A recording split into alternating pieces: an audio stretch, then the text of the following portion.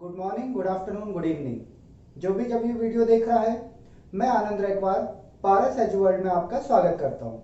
बच्चों, पिछली क्लास में हम लोगों ने एक नया चैप्टर स्टार्ट किया था जिसका नाम था पूर्ति के सिद्धांत। और मैंने आपको बताया था कि पूर्ति के सिद्धांत पढ़ने के लिए जरूरी है दो बातें। पहली बातें तो क्या कि आपने मांग के सिद्धांत चैप्टर को अच्छे से पढ़ा हो, और दूसरी बात क्या कि इस पूरे चैप्टर में आप स्वयं को विक्रेता माने। आप ये माने कि हम विक्रेता हैं, मतलब वस्तु बेचने वाले लोग हम हैं। ठीक है। अब आज की क्लास में हम लोग पढ़ेंगे पूर्ति के प्रकार, पूर्ति तालिका के प्रकार और पूर्ति वक्र के प्रकार। और इसको पढ़ने के लिए जरूरी होगा कि आपने पढ़ लिया हो मांग के प्रकार, मांग तालिका के प्रकार और मांग वक्र के प्रकार। ठीक है। तो आगे आप ये वीडियो को कंटिन्यू करें उससे पहले एक बार आप ये मांग के प्रकार, मांग तालिका के प्रकार और मांग वक्र के प्रकार पढ़ लें, ताकि पूर्ति तालिका, पूर्ति के प्रकार, पूर्ति तालिका के प्रकार और पूर्ति वक्र के प्रकार पढ़ने में हमने को आसानी हो। तो आइए शुरू करते हैं।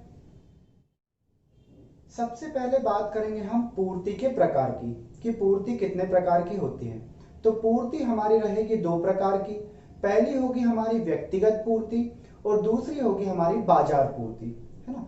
अब व्यक्तिगत पूर्ति क्या होगी कि जब भी बाजार में कोई एक विक्रेता वस्तुओं को बेच रहा हो तो हम उसे बोल देंगे व्यक्तिगत पूर्ति, और अगर बाजार के सभी विक्रेता वस्तु को बेच रहे हो तो उसे हम बोल देंगे बाजार पूर्ति। ये तो मैंने एक जनरल लैंग्वेज में बताया है ना, कि जनरल लैंग्वेज में व्यक्तिगत पूर्ति यानी कोई व्यक्तिगत विक्रेता वस्तुओं को बेचने के लिए तैयारी कर रहा हो, और बाजार पूर्ति में जब बाजार के सभी विक्रेता वस्तुओं को बेचने के लिए तैयार हो तो उसे हम बोल देंगे क्या, बाजार पूर्ति। ये एक जनरल टर्म में मैंने बोला, लेकिन हम ऐसा तो लिख नहीं सकते जैसा हमारी नॉर्मल लैंग्वेज है। हमें तो जो एकेडमिक लैंग्वेज है, जो पुस्तकों की लैंग्वेज है, उसी लैंग्वेज को यूज करना पड़ेगा। अब वो लैंग्वेज आपको क्या बताती है, वो लैंग्वेज, एक मिनट, सॉरी, वो लैंग्वेज आपको बताती है कि व्यक्तिगत पूर्ति का मतलब क्या होगा। व्यक्तिगत पूर्ति का मतलब होता है वस्तु की वह मात्रा जिसे एक व्यक्तिगत विक्रेता, एक सिंगल विक्रेता निश्चित समय एवं निश्चित कीमत पर बेचने के लिए तैयार हो। क्या कहा हमने कहा कि वस्तु की वह मात्रा जिसे एक व्यक्तिगत विक्रेता, एक विक्रेता केवल निश्चित समय एवं निश्चित कीमत पर बेचने के लिए तैयार हो तो उसे हम बोल देते हैं क्या, व्यक्तिगत पूर्ति। और बाजार पूर्ति में क्या आ जाएगा, बस ये एक विक्रेता, एक व्यक्तिगत विक्रेता वर्ड हटा दो और बाजार के सभी विक्रेता वर्ड लगा दो, है ना। मतलब क्योंकि बाजार की बात कर रहे हैं तो सारे विक्रेता को ले लेंगे। तो इसमें हम क्या बोलेंगे, इसमें हम बोलेंगे कि बाजार पूर्ति से आशय वस्तु की वह मात्रा जिसमें बाजार के सभी विक्रेता निश्चित समय एवं निश्चित कीमत पर वस्तु की मात्रा को बेचने के लिए क्या हो, तैयार हो, तब हम इसे क्या बोल देंगे, बाजार पूर्ति बोल देंगे। मतलब ये जो आपने पढ़ा है व्यक्तिगत और बाजार, ये दोनों उठाए हैं मीनिंग कहां से, पूर्ति के अर्थ में से ही। बस फर्क इतना है कि वहां हमने कोई विक्रेता बोला था तो व्यक्तिगत पूर्ति में हमने एक व्यक्तिगत विक्रेता वर्ड लगा दिया, और बाजार पूर्ति में हमने बाजार के सभी विक्रेता वर्ड लगा दिया। बाकी अगर मीनिंग की बात करें या अर्थ की बात करें तो ये सेंटेंस मैंने पूरे वहीं से उठा के लाया हूं जहां पर आपने पूर्ति का अर्थ पढ़ा था। पूर्ति के अर्थ में हमने यही पढ़ा था ना कि वस्तु की वह मात्रा जिसमें कोई विक्रेता निश्चित समय एवं निश्चित कीमत पर वस्तु को बेचने के लिए तैयार हो तो हम उसे क्या बोल देते थे, पूर्ति। और यहाँ पर हमने क्या बोल दिया कि वस्तु की वह मात्रा जिसे एक व्यक्तिगत विक्रेता निश्चित समय एवं निश्चित कीमत पर बेचने के लिए तैयार हो। और बाजार में हमने क्या बोल दिया कि वस्तु की वह मात्रा जिसमें बाजार के सभी विक्रेता निश्चित समय एवं निश्चित कीमत पर बेचने के लिए तैयार हो, तब हम उसे क्या बोल देंगे, बाजार पूर्ति। समझे भाई। तो ये व्यक्तिगत पूर्ति और बाजार पूर्ति हमारा होगा। उसके बाद हम बात करते हैं उसके बाद हम बात करते हैं पूर्ति तालिका के प्रकार की, है ना। पूर्ति के प्रकार भी दो होंगे, पूर्ति तालिका के प्रकार भी दो होंगे और पूर्ति वक्र के प्रकार भी दो होंगे। और सब में बस यही आएगा, नाम के आगे बस या तो व्यक्तिगत शब्द लग जाएगा या फिर बाजार शब्द लग जाएगा बस। जैसे आपने पूर्ति के प्रकार पढ़े तो एक में वर्ड लग गया व्यक्तिगत पूर्ति, यहाँ लग गया बाजार पूर्ति। ठीक इसी तरह जब आप पूर्ति तालिका पढ़ेंगे तो एक होगी आपकी व्यक्तिगत पूर्ति तालिका और एक होगी आपकी बाजार पूर्ति तालिका। यानी शब्द बस व्यक्तिगत और बाजार लगेंगे, बाकी में कोई फर्क नहीं पड़ना है। अब हम बात करेंगे सबसे पहले व्यक्तिगत पूर्ति तालिका का मतलब क्या होता है। तो व्यक्तिगत पूर्ति तालिका मतलब क्या होगा, जो व्यक्तिगत पूर्ति को टेबल के फॉर्म में दिखा दे, टेबल के रूप में बता दे, उसे हम बोल देंगे व्यक्तिगत पूर्ति तालिका। और ऐसी तालिका जो बाजार पूर्ति को टेबल के फॉर्म में दिखा दे, उसे हम बोल देंगे बाजार पूर्ति तालिका। ठीक है, क्या कि व्यक्तिगत जो पूर्ति है उसको टेबल के रूप में दिखा दो तो व्यक्तिगत पूर्ति तालिका हो जाएगी, और अगर बाजार पूर्ति को टेबल के रूप में दिखा दो तो वो हमारी क्या बन जाएगी, बाजार पूर्ति तालिका बन जाएगी। तो एक एक करके देखते हैं। सबसे पहले हमें देखना है व्यक्तिगत पूर्ति तालिका का मतलब क्या होता है। तो व्यक्तिगत पूर्ति तालिका में अभी हमने देखा क्या कि जब व्यक्तिगत पूर्ति को तालिका के माध्यम से, अनुसूची के माध्यम से या सारणी के माध्यम से प्रस्तुत किया जाता है तो इसे ही क्या कहा जाता है, इसे ही कहा जाता है व्यक्तिगत पूर्ति तालिका। अब व्यक्तिगत पूर्ति तालिका बनेगी कैसे वो हम देख लेते हैं फटाफट से। तो मैं थोड़ा साइड हो जाऊं, मुझे जरूरत पड़ेगी क्योंकि बाजार वो व्यक्तिगत में टेबल बनेंगे, क्योंकि तालिका है मतलब टेबल में बताना है। तो देखिए भाई, सबसे पहले तो जो आपने पूर्ति तालिका पढ़ के आए थे, पूर्ति तालिका पढ़े हो ना, जो पूर्ति तालिका में क्या पढ़ा था आपने, पढ़ा था वस्तु की कीमत और पूर्ति कि वस्तु की जो पूर्ति है उसको या जो उनका संबंध है सकारात्मक, उसको तालिका के माध्यम से प्रस्तुत कर देना, पूर्ति तालिका थी। तो उसमें आपने जो तालिका बनाई थी वही की वही तालिका यहाँ पर छापना है आपको। उसमें आपने क्या लिखा था, एक तरफ लिखा था वस्तु की कीमत रुपए में और दूसरी तरफ आपने लिखा था क्या, वस्तु की पूर्ति या वस्तु की मात्रा काय में, इकाइयों में। और आप देखें आपने उसमें वहां पे भी लिखा था कि जैसे जैसे मतलब वस्तु की कीमत बढ़ती है वस्तु की पूर्ति क्या कर दी जाती है, बढ़ा दी जाती है। वही चीज यहाँ पर भी है, यहाँ पे कुछ भी नया नहीं है, बस इतना ही है कि वो जो टेबल आपने वहां बनाया था काय में, पूर्ति तालिका में जो आपने टेबल बनाया था वही का वही एग्जैक्ट टेबल यहाँ पर छाप देना, तो आपकी जो व्यक्तिगत पूर्ति तालिका है वो कंप्लीट हो जाएगी। ठीक है, इसमें भी वही रहेगा, नियम में कोई बदलाव नहीं होता भाई कि अगर वस्तु की कीमत बढ़ती है तो पूर्ति बढ़ती है, वस्तु की कीमत कम होती है तो पूर्ति कम होती है। ठीक है, तो इसमें अपने को कुछ भी चेंज नहीं करना है, वही का वही टेबल पूरा का पूरा हमें यहाँ टिपना है। बात आती है जो समझने की है वो है बाजार पूर्ति तालिका। अच्छा, मीनिंग तो हम देख ही चुके हैं कि मीनिंग में क्या था कि बाजार पूर्ति तालिका क्या है, बाजार पूर्ति को तालिका के माध्यम से प्रदर्शित कर देना ही बाजार पूर्ति तालिका कहलाती है ना। सवाल तो ये आता है कि ये बाजार पूर्ति तालिका बनेगी कैसे, है ना। तो देखो इसमें भी मैं क्या करूंगा, जो पुराना मेरा टेबल है वही का वही मैं टिपूंगा। तो देखो सबसे पहले मैंने क्या लिखा, वस्तु की कीमत रुपए में 1 2 3 4 5 रुपए ले लिए। उसके बाद जो वस्तु की मात्रा थी उसको बदल के मैं नाम लिख दूंगा क्या, विक्रेता ए द्वारा, है ना, विक्रेता ए द्वारा पूर्ति, ऐसा लिख दूंगा मैं क्या, विक्रेता ए द्वारा पूर्ति, जो काय में होगी इकाइयों में, क्योंकि मात्रा की बात करेंगे, है ना। और उसमें देखो संख्या मैंने वही लिख दी जो पुरानी थी, कितनी, 2 4 6 8 10। मतलब टेबल में जो पुराना आपने व्यक्तिगत में पढ़ा, व्यक्तिगत पूर्ति में पढ़ा आपने, व्यक्तिगत पूर्ति तालिका में या पूर्ति तालिका में आपने जो भी टेबल पढ़ा था, ये टेबल अभी तक वही का वही है। शुरू के 2 जो आपकी लाइन है वो एज इट इज है, बस फर्क इतना है जो दूसरी वाली लाइन है, जो दूसरा वाला कॉलम है, उस कॉलम में मैंने नाम क्या लिख दिया, विक्रेता ए द्वारा पूर्ति, यानी कोई ए नाम का विक्रेता है, वो किस तरीके से पूर्ति कर रहा है। तो पूर्ति तो वो वैसे ही करेगा भाई, वस्तु बढ़ेगी तो वस्तु की कीमत बढ़ेगी तो वो क्या करेगा, अपनी वस्तु की विक्रय को बढ़ाते जाएगा। अब बात करते हैं, ये तो विक्रेता ए है, मतलब एक विक्रेता है, और हमको क्या पढ़ना है, हमको पढ़ना है भैया बाजार की पूर्ति तालिका।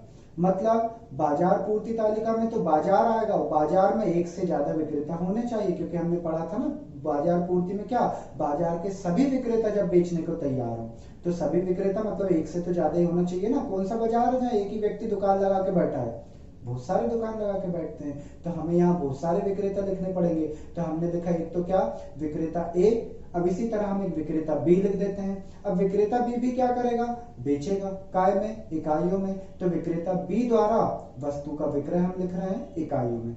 अब ये कैसे बेचेगा, नियम तो इस पे भी वही लगेगा कि जैसे जैसे वस्तु की कीमत बढ़ती जाएगी ये अपने विक्रय को क्या करते जाएगा, बढ़ाते जाएगा। तो हम इसमें भी संख्या ले लेते हैं बढ़ते हुए क्रम में। सर क्या संख्या लें, जो मर्जी है वो संख्या ले लो भाई, संख्याओं पे तो मैं कभी फोकस नहीं करता हूँ कि यही संख्या लो या यही अंक लो, संख्या तो कुछ भी हो सकती है, आपकी जो मर्जी लो, है ना। मैं क्या कर रहा हूँ, इस एग्जाम्पल में जो अभी हम बना रहे हैं उसमें कुछ नहीं करूंगा, विक्रेता ए जितनी जितनी बेच रहा है उसी को डबल करके विक्रेता बी का विक्रय में बना दूंगा। जैसे विक्रेता ए जो है वो जब कीमत 1 रुपए थी तो वो कितनी इकाइयां बेच रहा था, 2, तो विक्रेता बी को मैं इकाइयां लिख दूंगा 4 बेच रहा हूं।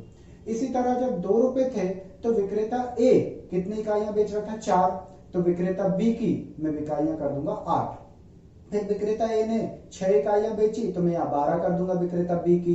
ए ने बेची 8 तो विक्रेता बी की मैं कर दूंगा 16। और ए ने बेची अगर 10 इकाइयां, जब कीमत 5 रुपए थी तब ए ने 10 इकाइयां बेची तो बी कितनी इकाइयां बेचने लगेगा, 20। ये मैंने संख्या मन से दी है, आपकी जो मर्जी आप वो लिख सकते हो, 5, 10, 15, 20, 25 कुछ भी लिख सकते हो, 100, 200, 300, 400 जो मर्जी वो लिख दो। बस नियम ध्यान रखना बेटा वो ये कि बढ़ते हुए क्रम में ही लिखना, क्योंकि कीमत जैसे जैसे बढ़ते जाएगी विक्रेता बी वैसा वैसा लालायित होगा चीजों को बेचने के लिए, है ना। वो उतना ज्यादा प्रेरित होगा कि अरे चीजें महंगी हो रही है तो मैं ज्यादा से ज्यादा बेचूं और ज्यादा से ज्यादा लाभ कमाऊं। इसलिए यहां पर भी क्या हुआ कि विक्रेता बी का देखो क्रम बढ़ता ही हुआ है, आ रहा है। संख्याएं आप जो लिख दो मुझे फर्क नहीं पड़ता।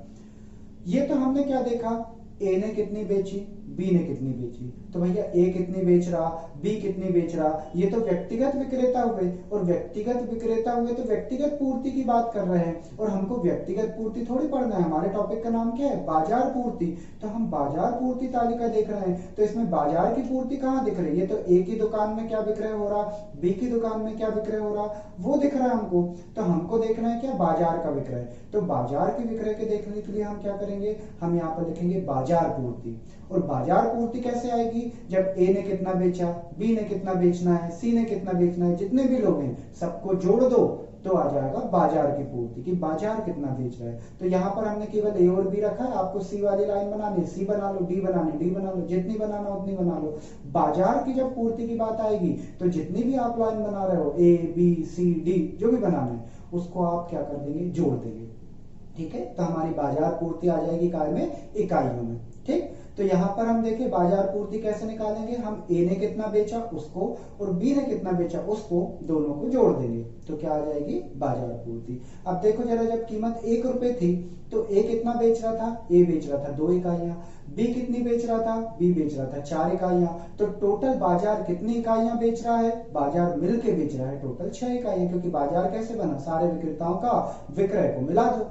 तो ए ने बेची हमारी 2 इकाइयां, बी ने बेची 4 इकाइयां, टोटल बाजार में विक्रय हो गया कितना, 6 इकाइयां। तो उसको हमने बोल दिया बाजार की पूर्ति की, बाजार ने इतनी पूर्ति की मतलब इतना विक्रय किया।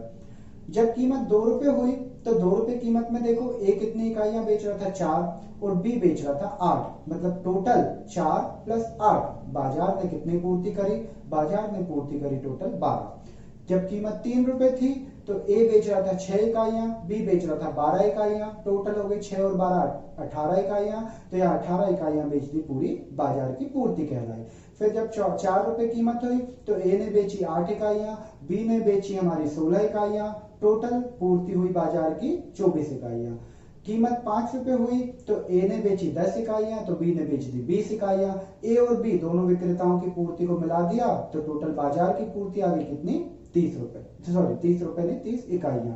तो 30 इकाइयों की पूर्ति क्या कहलाएगी, हमारी बाजार पूर्ति कहलाएगी। ठीक है, तो यहाँ पर इंपॉर्टेंट ये नहीं है, इंपॉर्टेंट ए और बी की आपको संख्या क्या रखनी है, इंपॉर्टेंट ये है कि जो आपकी बाजार मांग, बाजार पूर्ति है वो ए और बी का टोटल बन के आएगी। तो ए में और बी में जितना जितना रख रहा है उसका टोटल करना, संख्याएं जो रखना रख लो, मैं अभी भी बोल रहा हूँ, है ना। पर जो भी संख्या रख रहे हैं उन दोनों का टोटल बना के ही आपको यहाँ लिखना है काय में, बाजार पूर्ति में। समझ गए भाई आपको। तो ये जो आपके टेबल बने जिसमें इतने कॉलम बने, इन्हीं को हमने क्या बोला, बाजार पूर्ति तालिका बोला, जो हमको मेन बता रहा है। अगर आप ब्लू कलर में देखेंगे तो आपको समझ आएगा, एक तरफ मैंने कीमत जो है वस्तु की उसको ब्लू कलर में किया है, दूसरा जो बाजार की पूर्ति है उसको मैंने ब्लू कलर में किया है, और ये दोनों मिलके हमको क्या बता रही है, ये दोनों मिलके बता रही है कि वहां कीमत और बाजार पूर्ति किस तरीके से व्यवहार करती है। और नियम वही है कि जैसे जैसे कीमत बढ़ेगी बाजार की पूर्ति भी क्या होती जाएगी, बढ़ते जाएगी। समझ गए आप भाई इसको। तो ये तो हमारी क्या बात हुई, ये हुई हमारी पूर्ति तालिका के प्रकार की, जिसमें हमने पढ़ा एक व्यक्तिगत पूर्ति तालिका जो कि कुछ नहीं, पूरी की पूरी कॉपी थी वो टेबल पूर्ति तालिका से। लेकिन जो हमने पढ़ी बाजार पूर्ति तालिका, ये अलग थी क्योंकि इसमें ए विक्रेता तो वो पुराना वाला ही ले लिया, लेकिन बी नया विक्रेता लिया, और हमको ए और बी से तो मतलब ही नहीं है, मतलब तो हमको बाजार से कि ए बी सी कितने भी ले लो, टोटल करके बाजार में आना चाहिए। अगर मैं इस एग्जांपल में विक्रेता सी भी ले रहा होता कि ए ने इतना बेचा, बी ने इतना बेचा, सी ने इतना बेचा, तो बाजार पूर्ति मेरी कैसे आती, ए प्लस बी प्लस सी, तीनों का टोटल करते हुए मैं यहाँ पे लिखता। समझ गए आप इस चीज को? ठीक है, तो ये हमारा कंप्लीट क्या हुआ, बाजार पूर्ति तालिका कंप्लीट हुई। अब हम पढ़ेंगे क्या, पूर्ति के प्रकार। ठीक है, सॉरी पूर्ति के नहीं, पूर्ति वक्र के प्रकार। पूर्ति तो प्रकार हो गए ना, पूर्ति तालिका के भी प्रकार हो गए। अब हमको देखना है पूर्ति वक्र के प्रकार। तो पूर्ति वक्र के प्रकार भी कितने होंगे, वही दो होंगे। एक होगा व्यक्तिगत पूर्ति वक्र, दूसरा होगा बाजार पूर्ति वक्र। अब व्यक्तिगत पूर्ति वक्र क्या बताएगा कि आपने जो भी व्यक्तिगत पूर्ति पढ़ी है उसको रेखा चित्र में वक्र के माध्यम से प्रस्तुत कर दो, तो ये बन जाएगा व्यक्तिगत पूर्ति वक्र। और इसी तरह अगर आपने जो बाजार पूर्ति पढ़ी है उस बाजार पूर्ति को रेखा चित्र में वक्र के माध्यम से प्रस्तुत कर दो, तो ये हमारा बन जाएगा बाजार पूर्ति वक्र। यानी व्यक्तिगत पूर्ति वक्र क्या होगा, जो व्यक्तिगत पूर्ति को चित्र के माध्यम से प्रस्तुत कर दे। बाजार पूर्ति वक्र क्या होगा, जो बाजार पूर्ति को चित्र के माध्यम से प्रस्तुत कर दे, है ना। ये सब अब मैं ज्यादा इसलिए डिटेल में नहीं बता रहा हूँ क्योंकि हम मांग में भी अच्छे से पढ़ के आ चुके हैं और वक्र वगैरह इन सब के मतलब हम समझ चुके हैं, है ना। इसलिए अब मैं इन सब पे ज्यादा फोकस नहीं कर रहा हूँ, डायरेक्ट मुद्दे पे आ रहा हूँ। ठीक है, तो पूर्ति वक्र के प्रकार।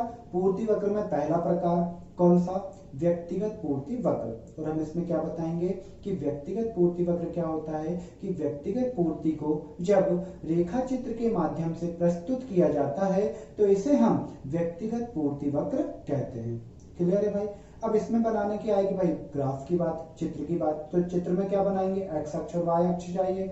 लिखेंगे क्या, एक्स अक्ष पे वही जो अभी तक लिखते आ रहे हैं, वस्तु की पूर्ति या वस्तु की मात्रा इकाइयों में।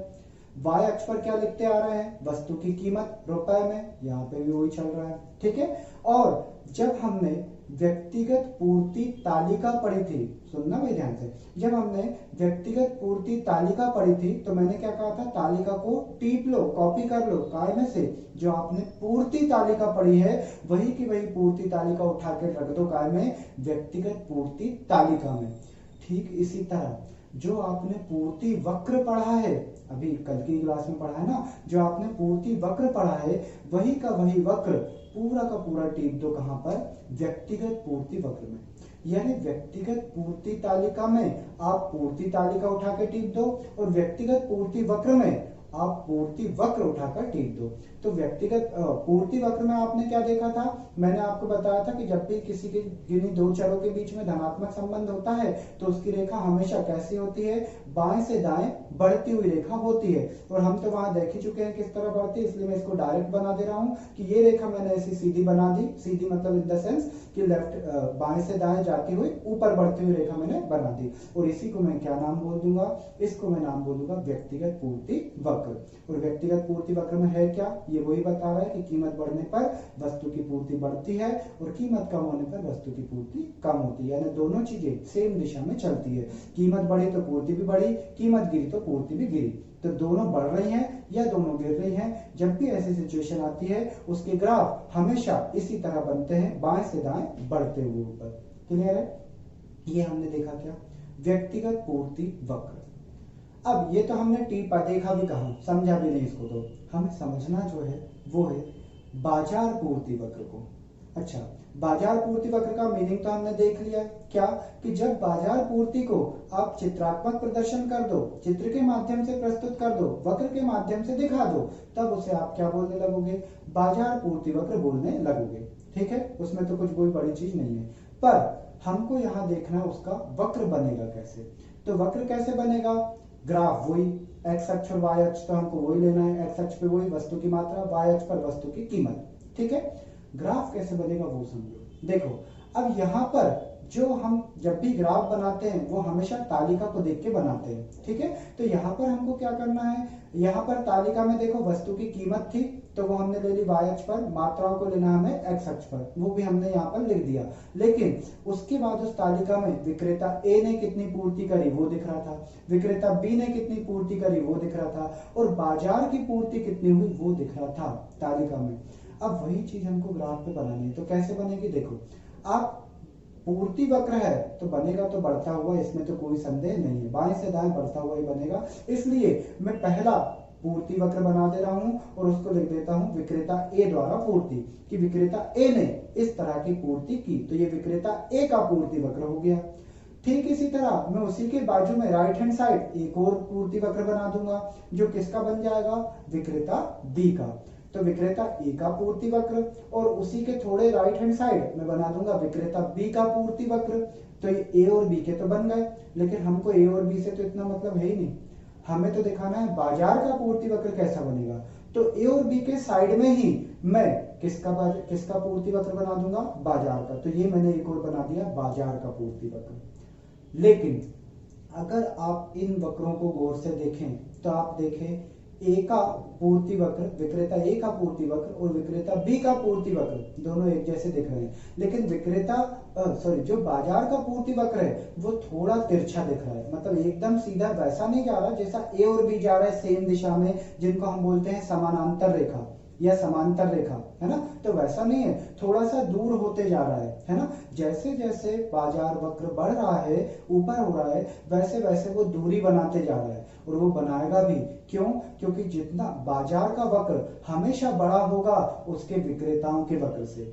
क्योंकि भाई देखो, एक बाजार में कितने सारे विक्रेता होते हैं, तो विक्रेता तो छोटे छोटे हुए, लेकिन बाजार सब विक्रेताओं को मिलके क्या बन जाता है, बड़ा बन जाता है। इसलिए विक्रेताओं के वक्र एक जैसे बन सकते हैं, लेकिन बाजार का वक्र कभी भी विक्रेता जैसा नहीं बन सकता, वो हमेशा उससे बड़ा और दूरी पर बनेगा, और जितना दूर होगा वो ये बताएगा कि वो बाजार उतना बड़ा है, वहां पर उतना ज्यादा विक्रय हो रहा है। ठीक है, तो ये हमारा बना क्या, बाजार वक्र।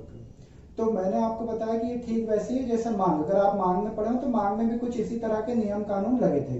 तो आज की क्लास में हमने क्या देखा, आज की क्लास में हमने देखा कि पूर्ति कितने प्रकार की होती है, पूर्ति तालिका कितने प्रकार की होती है, और पूर्ति वक्र कितने प्रकार का होता है, जिसमें मीनिंग में भी कोई इंपॉर्टेंट नहीं था। और व्यक्तिगत पूर्ति तालिका या व्यक्तिगत पूर्ति वक्र की बात करूं तो उसमें तो कुछ नया भी नहीं था, वो तो आपने पूर्ति तालिका और पूर्ति वक्र को ही कॉपी पेस्ट कर दिया। लेकिन पूर्ति जो बाजार पूर्ति तालिका है और जो बाजार पूर्ति वक्र है उसमें थोड़ा नयापन आया था, क्योंकि टेबल हमारा थोड़ा सा बढ़ गया था, और पूर्ति वक्र भी हमारे कुछ एक्स्ट्रा बनने लगे थे, कुछ अलग हटके बने थे। जो सामान्य जो आपने पूर्ति वक्र पढ़ा उससे हटके हमारा बाजार पूर्ति वक्र यहाँ पर बना है। ठीक है, अब मैं आपको बता दूं कि कल की क्लास में हम क्या पढ़ेंगे, ताकि आप उसकी तैयारी मांग के हिसाब से करके रखें। हालांकि इतना यूज नहीं होगा, पर फिर भी थोड़ा तो पढ़ ले, क्योंकि जब फलन वगैरह आएंगे तब मैं फिर से मांग का रेफरेंस लूंगा। देखो, कल की क्लास में हम जो पढ़ने वाले हैं उस टॉपिक का नाम है पूर्ति फलन और पूर्ति के निर्धारक तत्व। क्या? पूर्ति फलन और पूर्ति के निर्धारक तत्व। और आपने वहां क्या पढ़ा था, मांग में आपने पढ़ा था मांग फलन और मांग के निर्धारक तत्व। ठीक है, तो कल की क्लास के लिए आप मांग फलन और मांग के निर्धारक तत्वों को पढ़ के आएंगे, ताकि कल हम पूर्ति फलन और पूर्ति के निर्धारक तत्वों को समझे आसानी से, है ना।